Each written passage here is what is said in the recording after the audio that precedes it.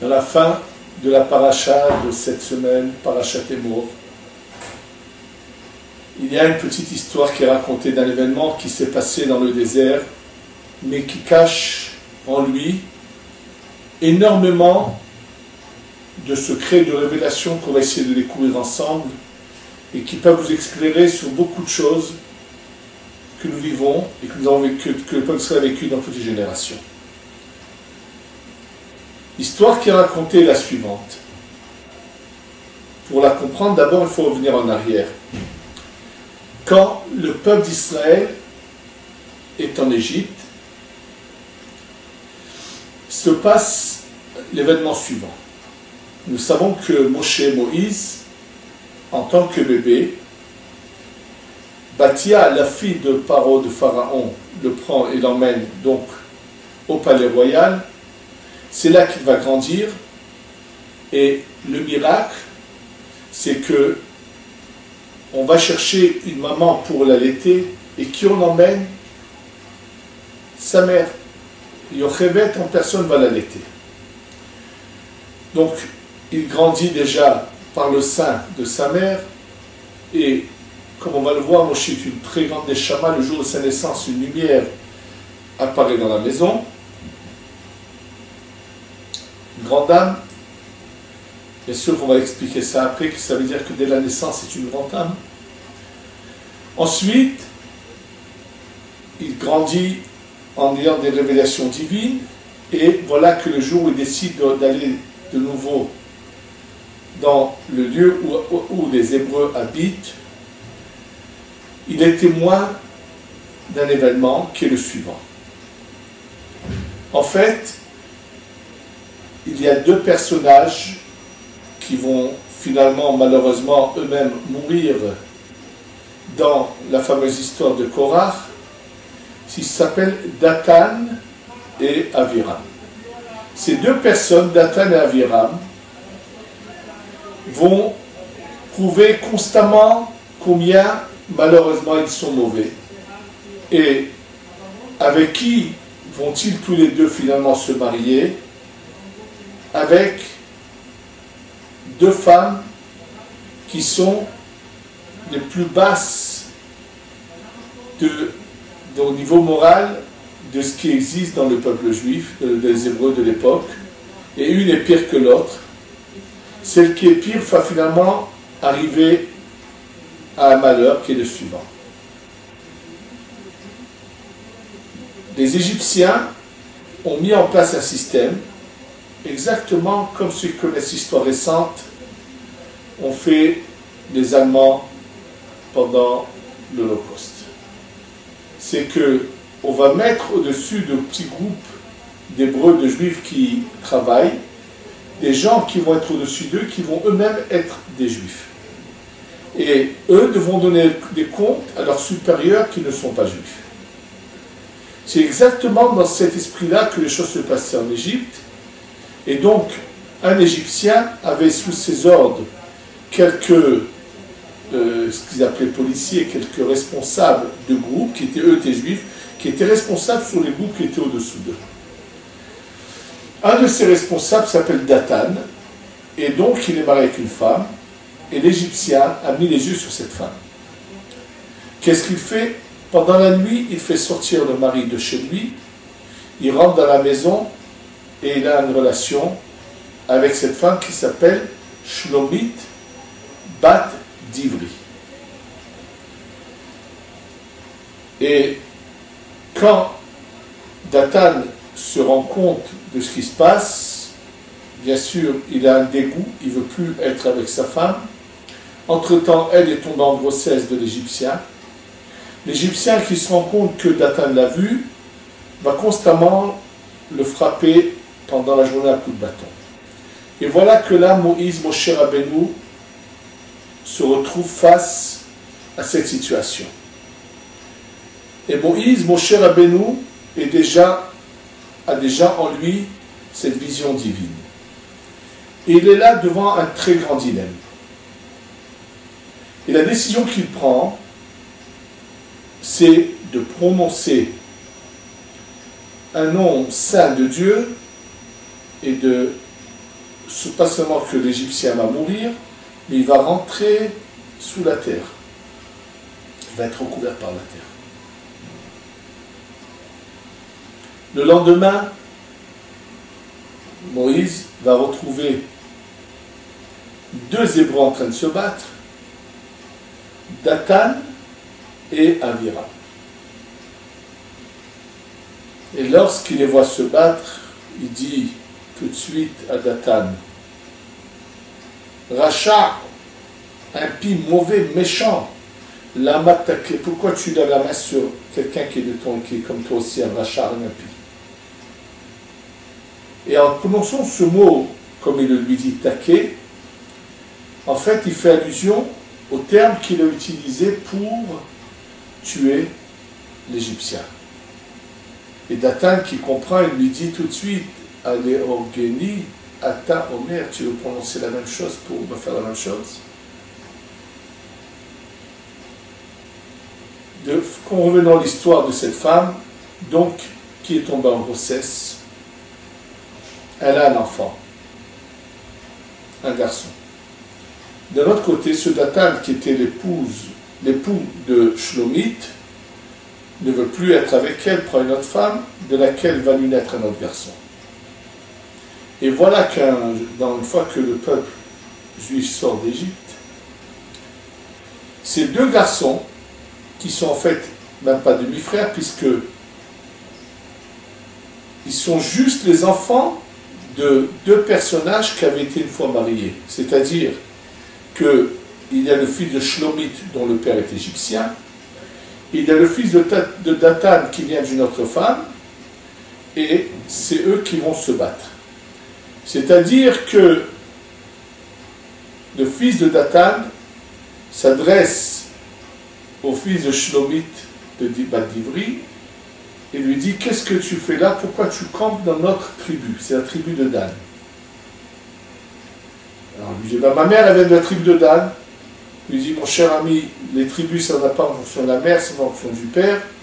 Et puis dans la bagarre, il lui dit, de toute façon toi tu es un bâtard, voilà que toi ta mère c'est une prostituée, qui s'est prostituée à un Égyptien, et il lui raconte, ton père c'est Moïse, Moshe qui l'a tué en prononçant un nom saint, il lui dit, et à ce moment-là, le fils de Shlomit va à son tour utiliser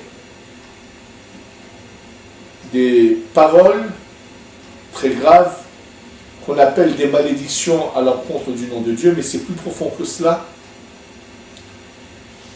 Et finalement, on l'emmène au tribunal de Moïse, de Moshe.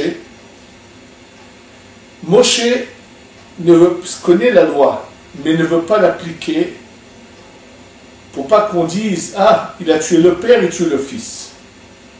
Il en voulait au père, il en veut aussi au fils. Pas du tout. Moshe leur dit, bon, ben, je vais demander à Dieu ce qu'il va me dire de faire, on le fait.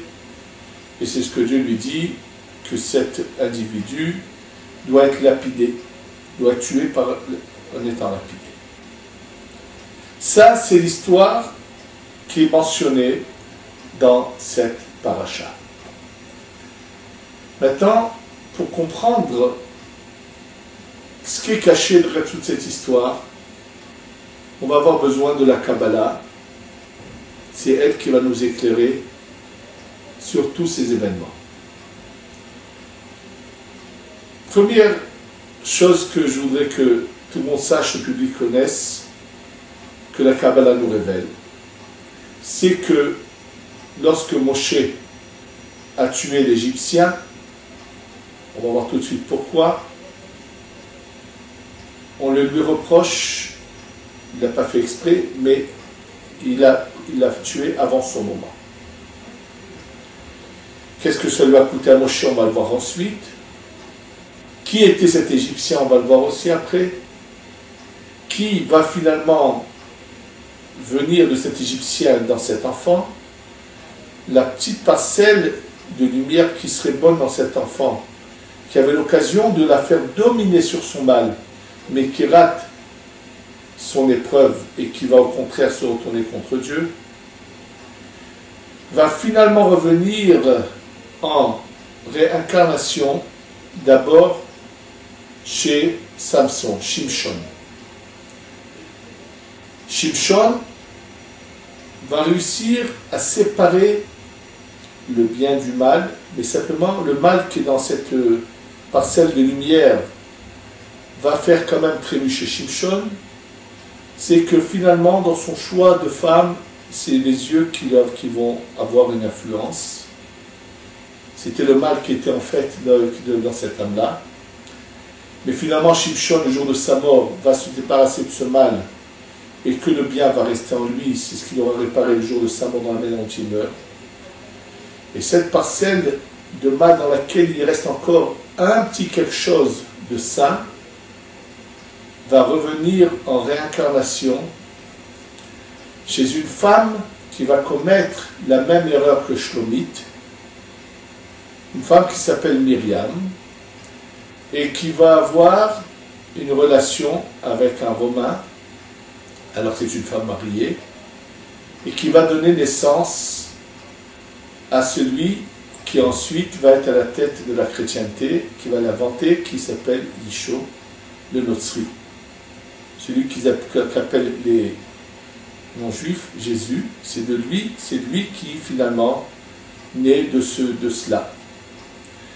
Et malheureusement, comme on va voir pourquoi les choses en sont arrivées là, d'où vient l'origine, il va complètement être éjecté donc du peuple des Hébreux et prendre la tête de cette machination diabolique duquel les résultats, on les connaît, et qui vont être vraiment un enfer pour l'existence. C'est vrai, comme le dit le Rambam, ça a stoppé une idolâtrie complètement faussée qui était vraiment... Et ça a commencé à ramener les gens vers un Dieu unique, mais pas tout à fait, puisque on a inventé des choses dans cette religion qui ne sont pas du tout avec un Dieu unique. En tout cas, c'est de manière générale la connaissance des faits. Maintenant, pour comprendre la profondeur, où tout cela démarre et commence, il faut revenir bien en arrière. Il faut savoir que le premier homme de ce cycle dans lequel nous vivons, qui est Adam Arishon, et d'abord va naître spirituel, et puis se passe un grand boom, une dégringole, il descend, et en fait, les âmes vont toutes se mélanger. Le mal et le bien vont être mélangés. C'est la décision, c'est la volonté de Dieu, pour qu'ensuite, il y a un travail de 6000 ans où toutes les particules vont se séparer et comment les choses vont se passer.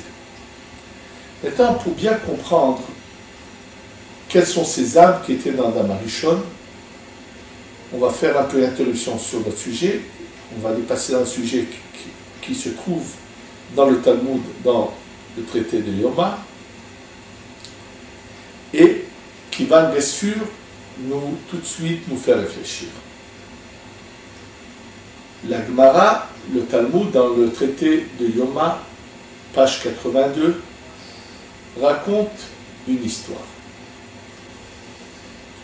Elle raconte que le jour du grand pardon, le jour de Kippour, où nous devons tous jeûner, même les femmes en grossesse, il y a une femme qui est en grossesse et qui subitement a senti une odeur de quelque part, de nourriture d'une maison voisine où il y avait...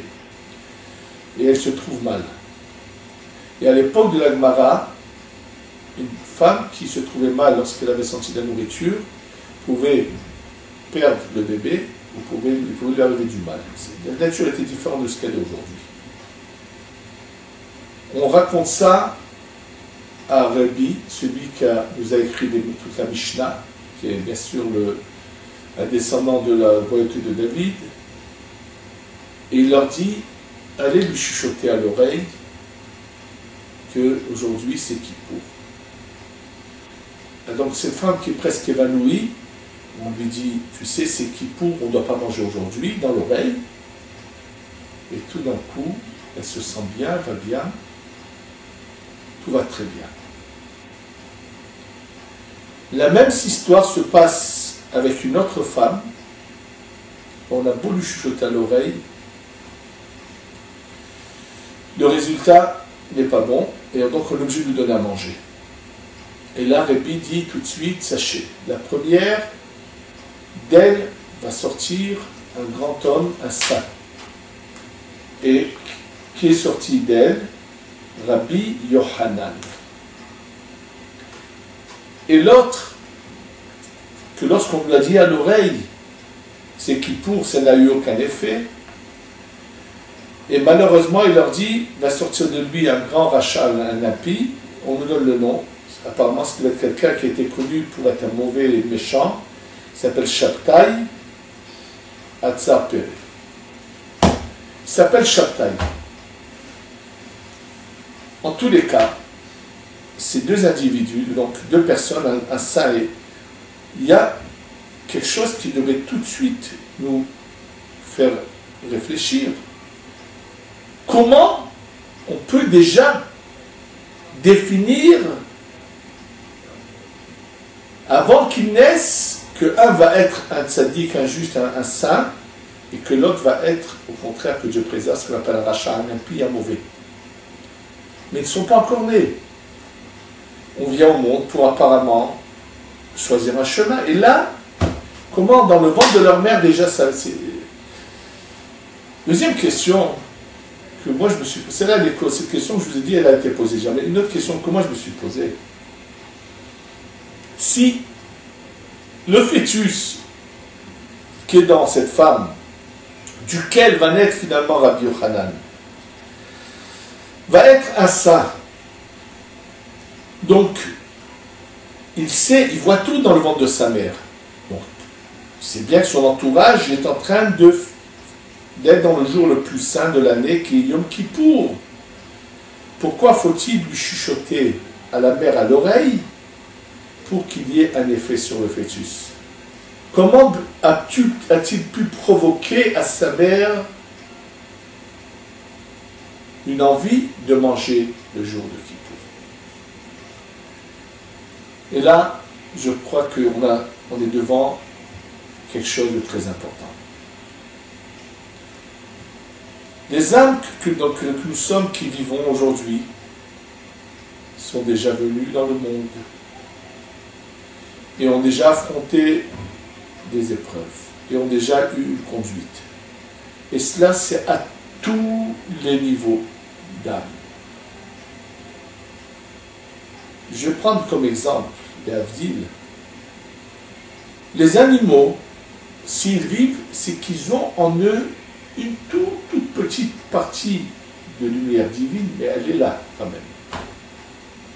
Et nous voyons, chez les animaux, il y en a des bons, il y en a des mauvais. On voit déjà un chemin.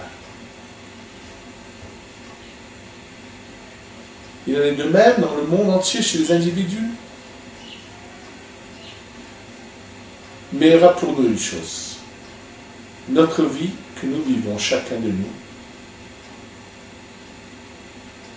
est exactement l'image qu'on pourrait donner qui correspondrait pour comprendre les choses. C'est si on est dans une école où il y a des classes depuis la maternelle jusqu'au bac.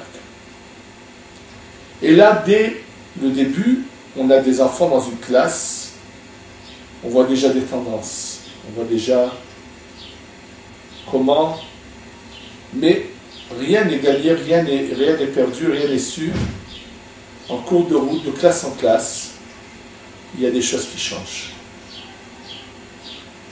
Il arrive que des fois, deux élèves qui sont dans une classe, tous les deux paresseux, qui travaillent mal, et en fin d'année, il redouble ou il passe difficilement la classe au-dessus. Et en début d'année suivante, on va venir, on va leur dire, regardez ce que vous avez fait dans votre passé, on vous donne encore une chance maintenant. Et là, on peut assister à un phénomène très intéressant. Il y en aura un qui va se reprendre en main et qui va tout d'un coup tout changer. Il y en a un autre qui au contraire restera toujours ce qu'il était. Bien qu'au départ apparemment ils étaient du même style, arrive un moment où finalement il y en a un qui arrive à démarrer, comme on dit, arrive à changer. Des fois c'est l'inverse, il y en a qui sont très bons au début, puis à un moment donné, dans leur vie, ils basculent, ils tombent. La vie, c'est exactement la même chose. Tout démarre avec une réalité qui est dépendante de classes antérieures que nous ne connaissons pas, qu'on ne veut pas nous révéler de manière claire, juste avec des allusions, puisqu'il est dit que pour créer ce cycle, Dieu va se concerter avec les âmes des tzadikim, des saints, des justes, des bons. Ça veut dire qu'ils sont déjà là. Et vient ce mélange. Et là, dans ce mélange, où donc le mal arrive à s'agripper, à rentrer dans les individus, c'est ce que la Gemara nous en fait une allusion en nous disant une phrase qui serait grave de comprendre textuellement, qui serait faux de comprendre textuellement, puisqu'il y a la Kabbalah qui nous le révèle et qui nous l'explique en profondeur. Le Talmud, pour nous faire une allusion comment le mal s'est intégré dans le bien, s'est mélangé à lui, par l'erreur non voulue de Adam Arishon du premier homme, ils nous disent que celui qu'on appelait le serpent, qui n'est pas le serpent dont on parle aujourd'hui, mais qui était le symbole du mal, est venu en Chava, Ève, et que malheureusement, ça a été très mal interprété en voulant dire que Dieu préserve qu'il aurait une relation avec cet être qui est complètement faux. Simplement, le mal s'est intégré et tout ce mal s'est mélangé. Et une des forces de ce mal a été de vouloir se faire passer pour des divinités. Et la Bible, dès le départ, nous en fait une allusion dans une parole que dit Chava lorsque va naître Caïn. Caïn, il est dit Kaniti Ish et Hachem. J'ai acquis un homme, Dieu. Si on traduit mot à mot, c'est ça ce que ça veut dire. En fait, il y a déjà une allusion de que ce mal qui va s'accrocher à l'âme de Caïn, qu'est-ce qu'il va être capable de faire. En fait, le mal qui est dans Caïn va venir, mais toujours avec un peu de bon, sur plusieurs personnes qui vivent à la même époque. Une partie va venir dans cet Égyptien qui prend cette Shlomite Badivri de force avec lequel elle va avoir cet enfant. Une partie va venir dans Korach, et c'est pour ça qu'il va se soulever contre Moïse. Une partie va venir dans Yitro. Jéthro qui, lui, au contraire, va faire l'inverse. Lui qui n'est pas juif va devenir ce saint qui est devenu Yitro. C'est-à-dire qu'on voit que lorsque la réincarnation revient, des chances sont données et comment les choses se passent. Caïn, malheureusement, va assassiné son frère. C'est vrai que son frère était passible de mort, mais cette condamnation passe par Caïn, c'est le mal qui est en lui qui va malheureusement agir. Pourquoi? Pour prendre une des deux épouses de Hével, son frère. Hével, lorsqu'il est assassiné par Caïn, il revient bien sûr, et finalement, une partie de son âme arrive chez Moïse, Moshe. Le sang de Hével a été absorbé dans la terre. Maintenant, Moshe tue l'Égyptien, qui est son frère, et son frère est avalé dans la terre. Mais malheureusement, Korach, qui a aussi une partie de Caïn, au lieu de savoir se dominer, va de nouveau trébucher et va être aussi avalé dans la terre. Yitro, qui lui au contraire va savoir utiliser le peu de bon qu'on lui le faire dominer, va réussir à rentrer dans le peuple juif et à devenir un saint. Malheureusement, une partie de cette âme de Caïn, que lorsqu'elle va arriver chez Yisho, le Notzri, chez celui qui donne naissance à la religion chrétienne, celui qui est appelé Jésus chez les non-juifs, Yisho en hébreu, avait la chance de faire dominer le peu de bon qui était en lui. Et on va même reprocher à son maître de ne pas avoir assez aidé à cela. Son maître est un grand saint. Et là, ça va nous expliquer quelque chose. Il y a deux sortes d'erreurs dans la vie.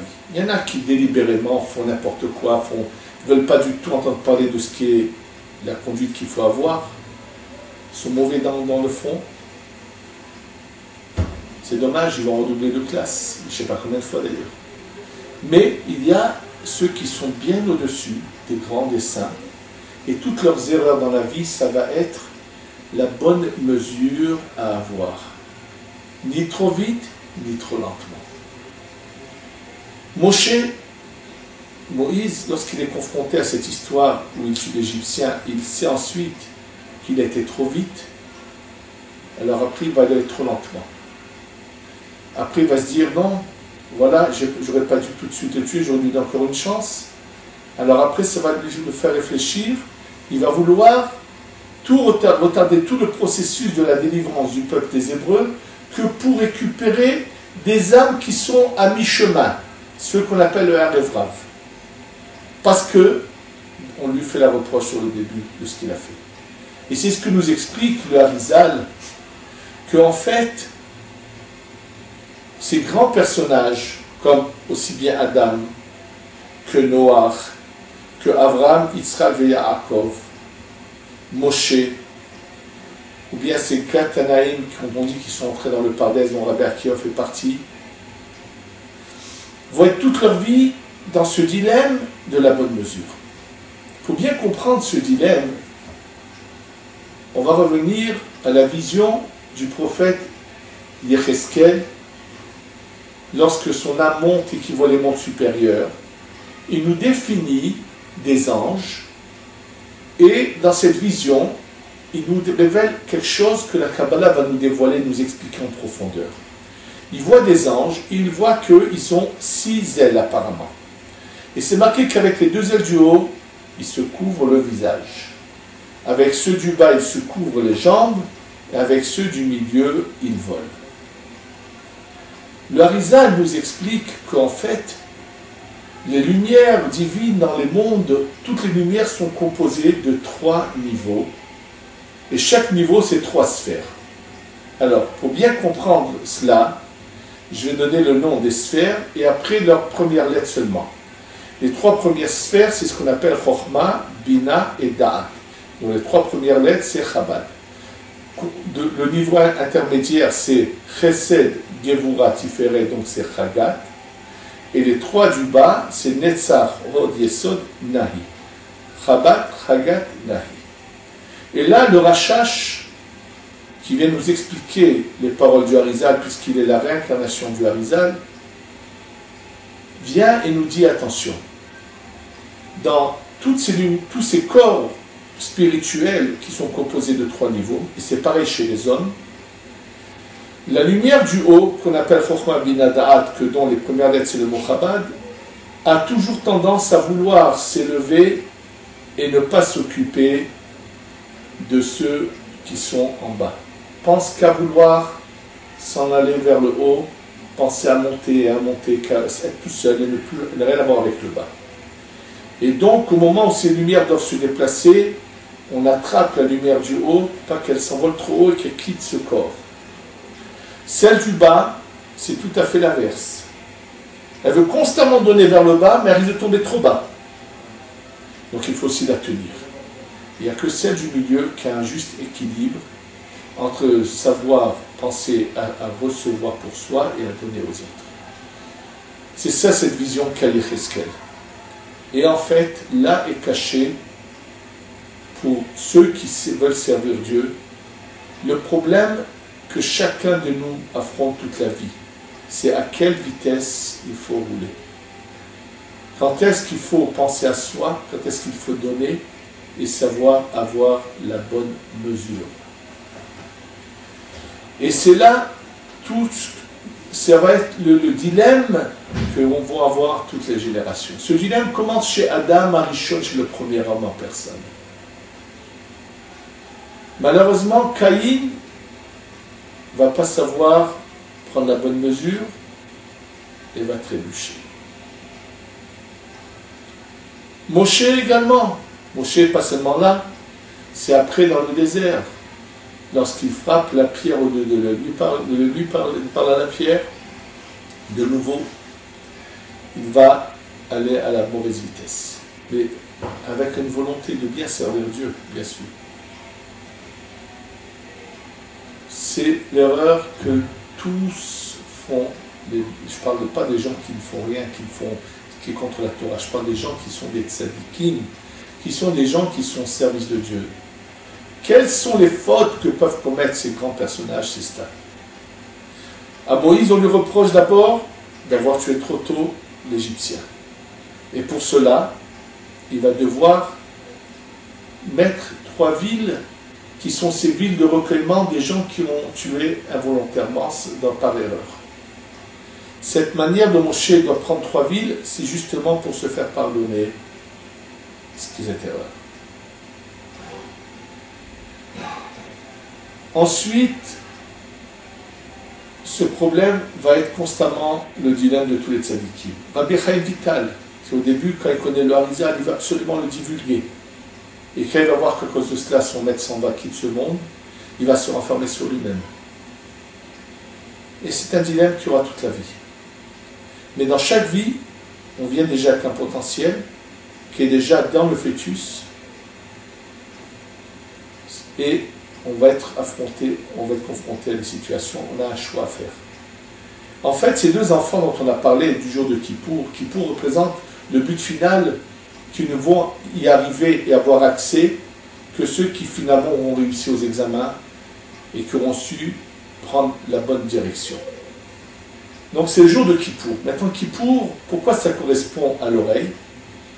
Dans notre visage, nous avons le nom de Dieu. Au niveau de nos yeux, c'est le Yud, la première lettre du nom de Dieu. Au niveau de nos oreilles, c'est le Ré. Au niveau du nez, c'est le Vav. Au niveau de la bouche, le Ré. Les 6000 ans correspondent au Vav et au Ré qui sont au niveau du nez et de la bouche.